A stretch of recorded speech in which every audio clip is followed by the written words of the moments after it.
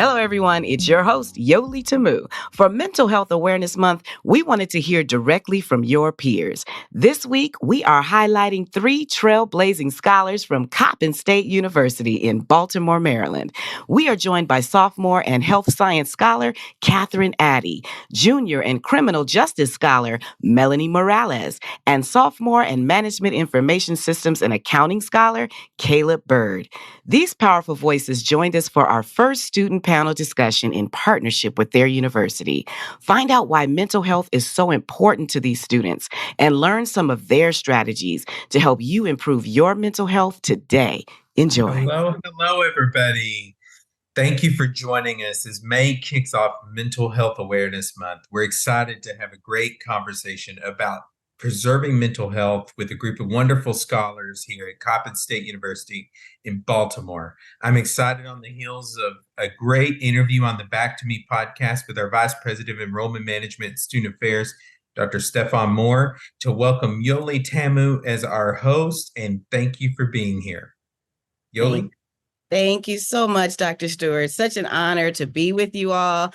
You guys are my official first college partner for a student panel. I'm so excited. So I'm so happy. We have some incredible scholars with us, and Dr. Moore and Dr. Stewart made sure this happened. And so we just really know that this topic is important. And before we jump into it, we want to meet our student scholars. Let's start with Catherine. Catherine, introduce yourself. Greetings and salutations. I am Catherine Addey, a sophomore health science scholar coming from Coppin State University. I'm a 2-time queen and the first Thurgood Marshall Ambassador at Coppin State University, and lovely chance to become the social media manager of the National Council of Negro Women. Love it. Thank you so much. Welcome. Miss Mellany Morales. Hello, everyone. My name is Mellany Morales. I'm a criminal justice scholar. I'm the new elected Student Government Association president for the 2024-2025 academic year. I'm also in multiple e-boards, such as the Criminal Justice Forensic Club, and I'm the vice president of the Latino Club. Woo! Lot going on. Thank you. Mr. Khaleb, how you doing? Good morning, good afternoon, and good evening, everyone listening. My name is Khaleb Byrd. I'm a sophomore management information and accounting scholar. I'm originally from Prince George's County, Maryland. I'm a 2-time king at Coppin State University, and I'm also a Spring 24 Initiative Kappa Alpha Fraternity Incorporated. All right now, Kappas. So good to have all 3 of you presidential scholars. I'm honored. And I will be your host for this afternoon. My name is Yoli Tamu, as Dr. Stewart said. I am the founder of the Back to Me podcast. We created this podcast for students that were actually telling me to create this thing, so it's all based on student initiatives of just really addressing anxiety issues and how to transfer into college. What's that emotional journey like? And so we put a podcast together of mental health professionals and career pathway professionals and student affair professionals to really guide students in their journey. Some students are not comfortable with going to a student center, health center on campus, so they have direct access to mental health professionals on our podcast. So I'm so glad to have you all here. And let's jump into these questions.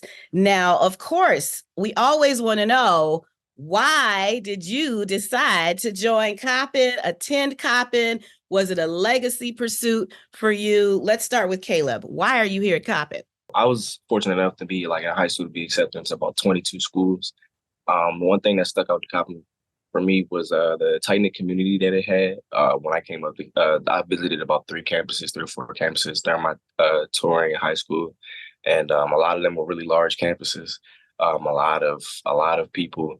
I felt like a number. When I came to Coppin, there was a lot of attention on me. I had almost a basically individual tour, so that was very important to me. And Coppin offered me a lot of financial assistance that was necessary, and that really that put a big stick on how I made my decision for college. Very cool, very cool. Mellany, why are you at Coppin? Thank you so much for the question. So I have family members here, especially Catherine Perez, our previous Miss Coppin State University. She had a lot of influence on my decision, not only because of the family-oriented way that Coppin is, but also the financial help that I received. I was the first group that Dr. Jenkins initiated with the presidential scholarship. It was only 6 of us at the time, so that had a lot of influence in that. And coming from high school where the majority of the people were Caucasian, and there's a small group of Hispanics, Latinos, and other minorities, Coppin was completely different to me, and the family-oriented was 100% what made me stay. Wow, very cool. Miss Catherine, why Coppin? I gotta keep it simple and short. Coppin saved my life when it came to my future and finding my next second education. Coppin was the first one that gave me a full ride. I was a junior in high school. I graduated high school within 3 years. I skipped my senior year, and I was trying to apply for colleges. However, each and every college only gave about like $2,000 in scholarships. And so Coppin was actually the first college that came back to me with a full ride scholarship. So I was like, Wow. I just have to go. Mm-hmm. Gotta go where the money goes. Very cool. Very cool. Well, I'm so glad to have you all. As I said, everyone here is a scholar. So you guys have so much experience. You know what I mean? You've got to overcome some challenges and adjust to that atmosphere and just the college experience. And like I said at the top, a lot of students don't talk about adulting or transitioning into college and what that feels like. You know what I mean? Because you're supposed to be a little young adult now. And so you're supposed to be grown up in your mind, but you have so many questions.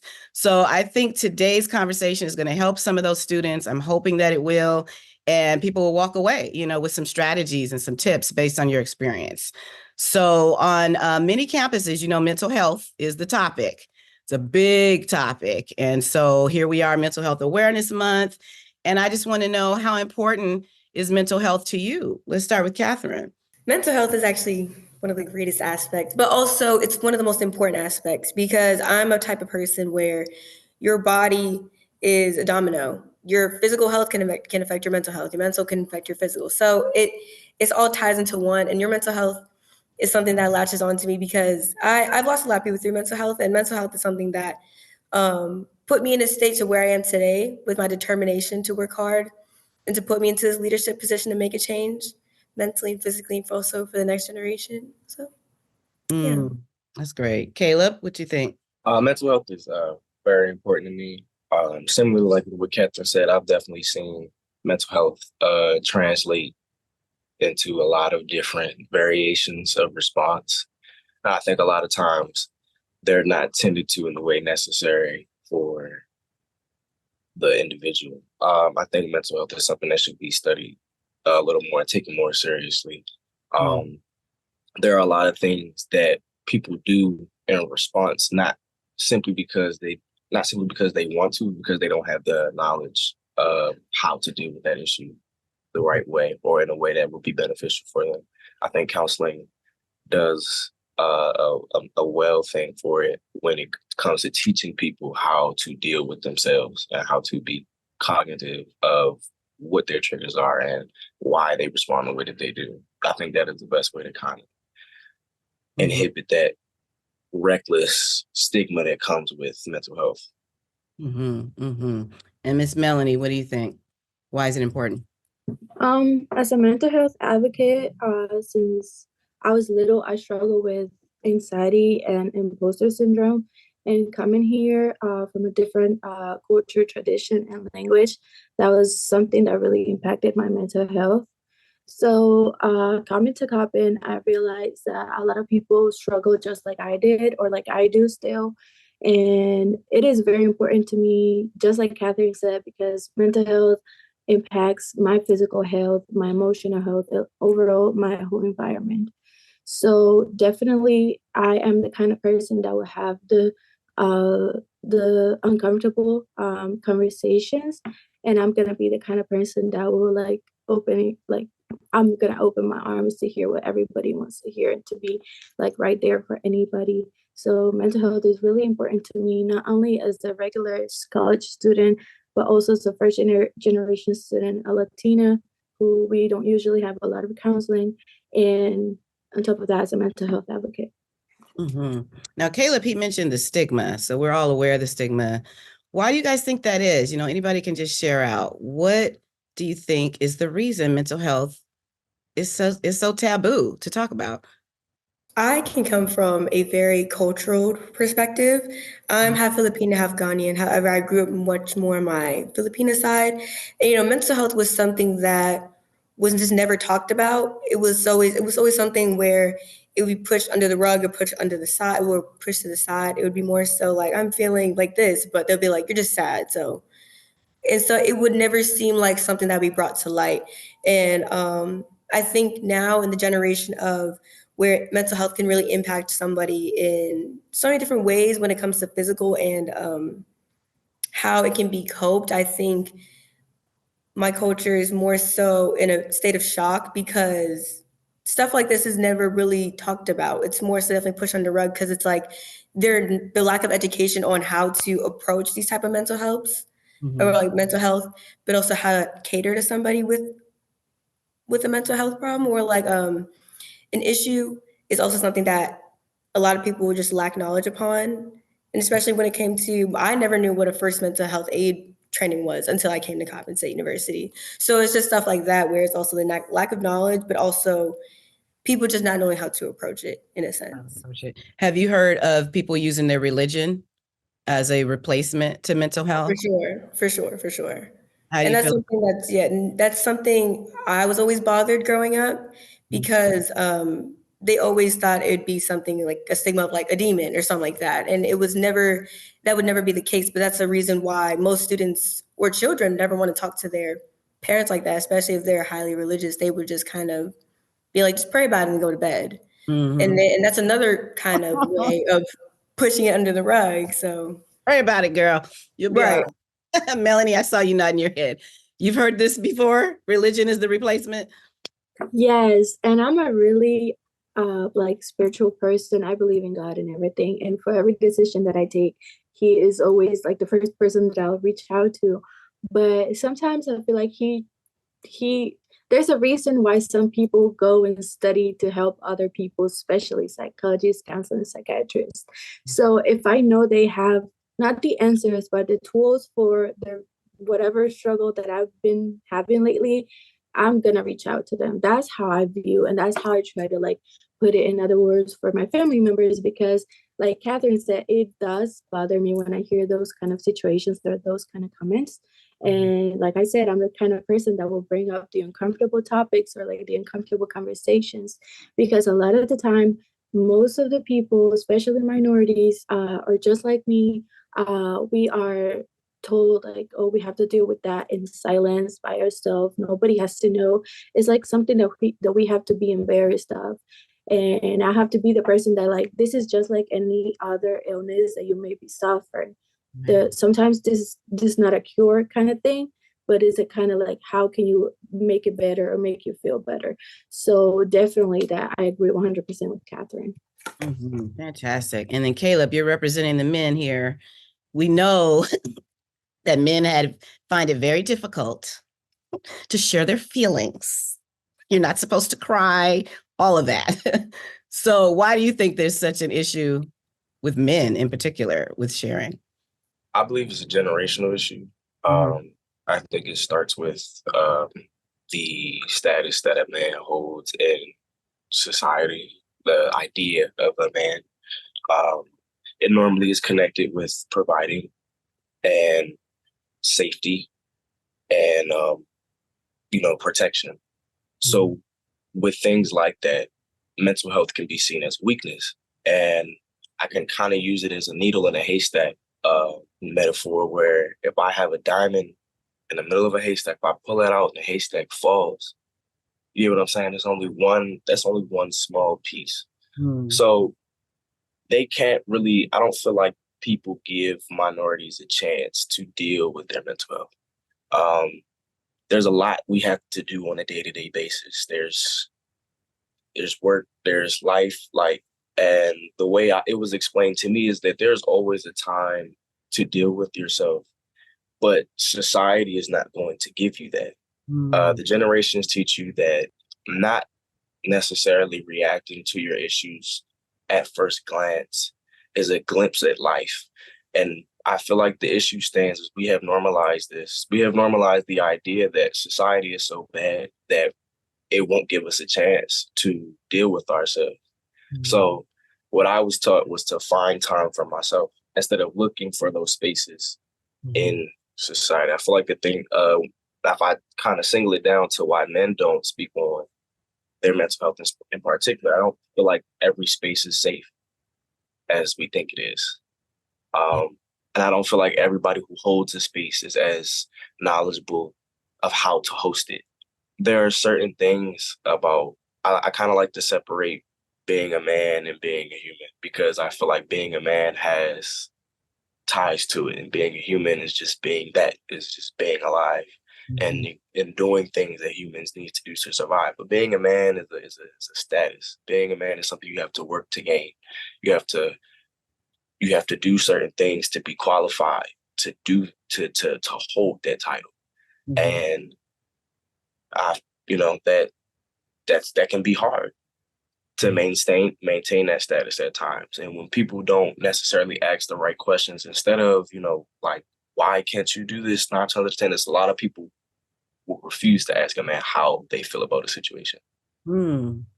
It's about how we're going to respond. But that's what's important in the grand scheme of things. But we stray away from the feeling of behind making these hard decisions, and the fact that I still get confused, I still get anxious, and I don't know everything that I'm about to do next.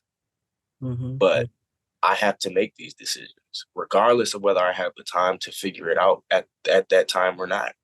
And that's just part of it.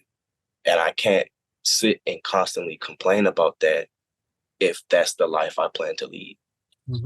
Wow. Everything you said is all about adulting.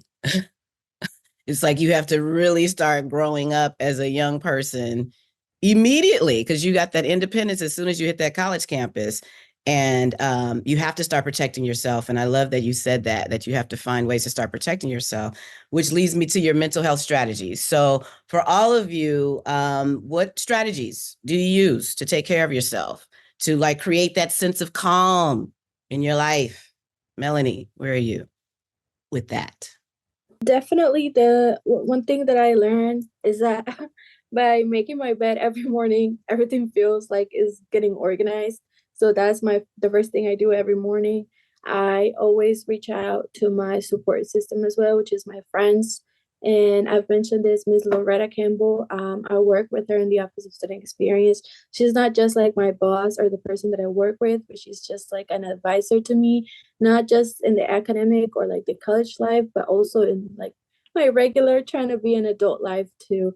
So I definitely have my little moments when I have to be by myself and understand what's going on. If there's a situation that's been happening either academically or in my life, something that changed.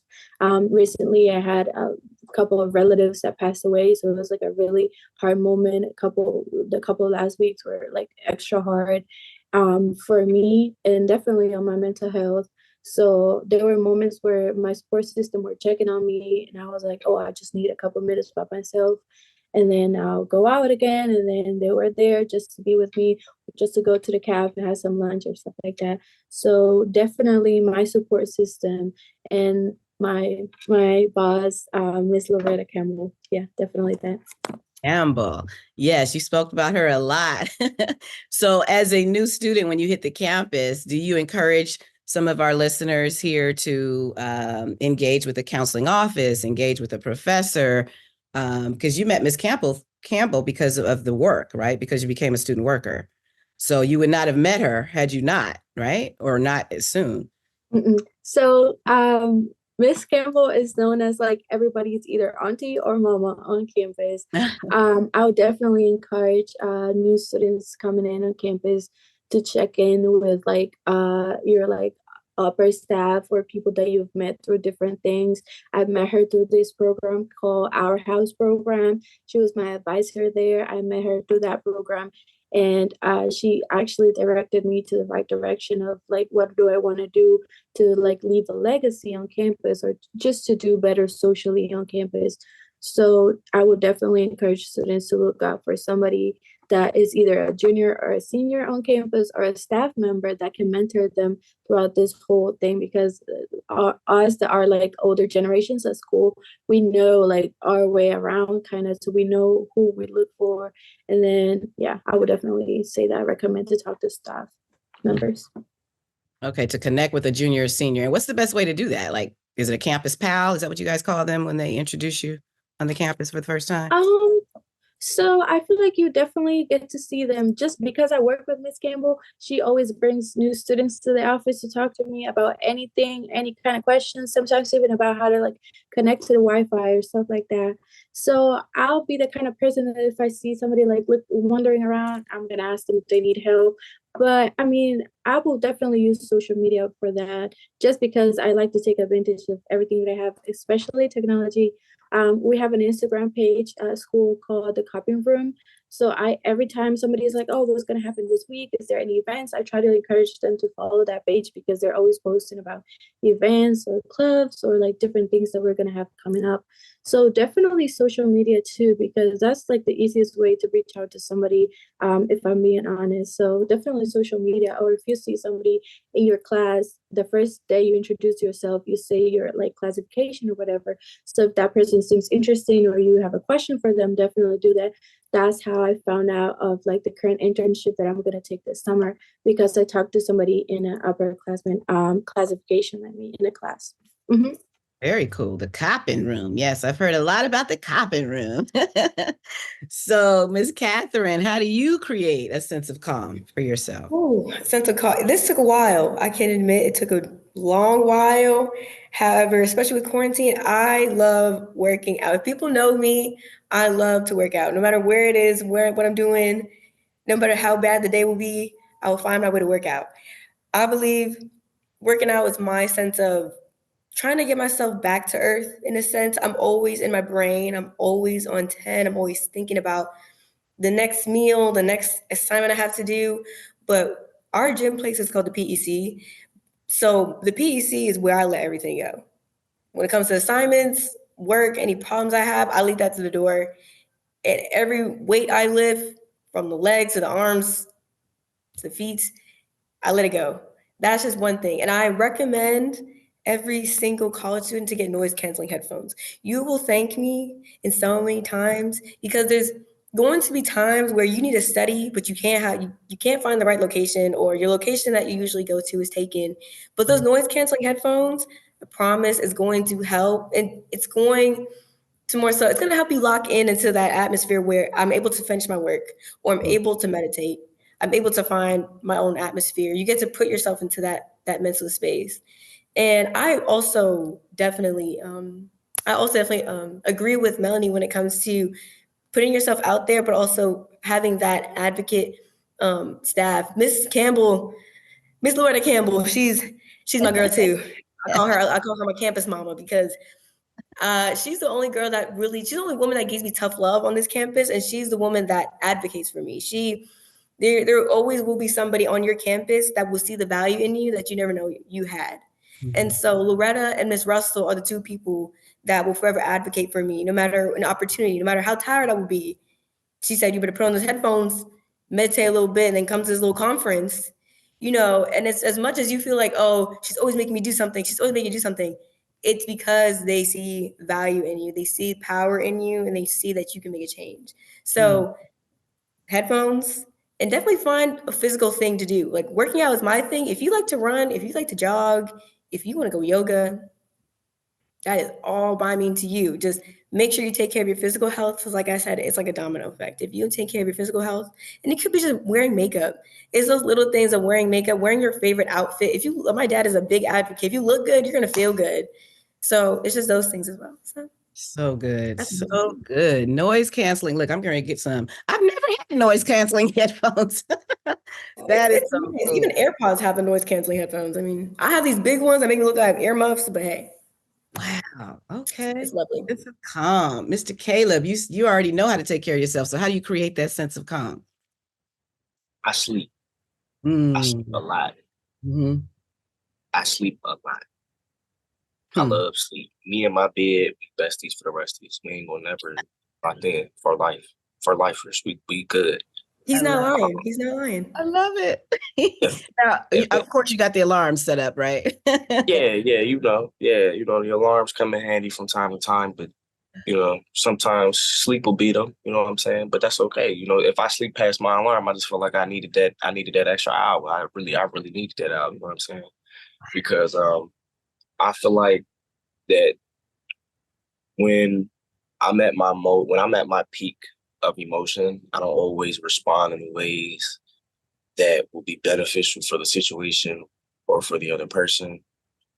And I felt the place that I feel most safe and most able to deal with myself in the way that I have to is in my bed. And 9 times out of 10, that leaves me sleep. And then after I wake up, if I don't still feel ill will towards the issue, or I don't feel anything way about the issue, it wasn't enough for me to deal with. If I still feel some way about it, that means that it's something that's on my mind, and I got to address the situation. That's great. That's great. Yeah, rest is key. It is definitely key. Yes, I told you these were some powerful voices. Our conversation went on for another half hour, and it was full of great advice for all incoming college students. I encourage you to visit Coppin State University's website and look out for the recorded video of the remainder of this heartfelt and revealing conversation from these amazing scholars at Coppin. Special thanks to our student scholars, Dr. Stefan Moore, who is the Vice President of Enrollment Management and Student Affairs, Dr. James Stewart, who is the Associate Vice President for Student Development and Achievement, and this incredible university for this memorable experience. For more information about other episodes, remember to subscribe to the Back to Me podcast, College and Beyond. I'm your host, Yoli Tamu. Leave a review at the end of this podcast, and if you would like to learn more about other special events, join the Back to Me podcast Facebook group, or simply text Back to Me to 833-206-4565. Until next time, be well. Back to me. Oh, I turned it around. I'm back to me.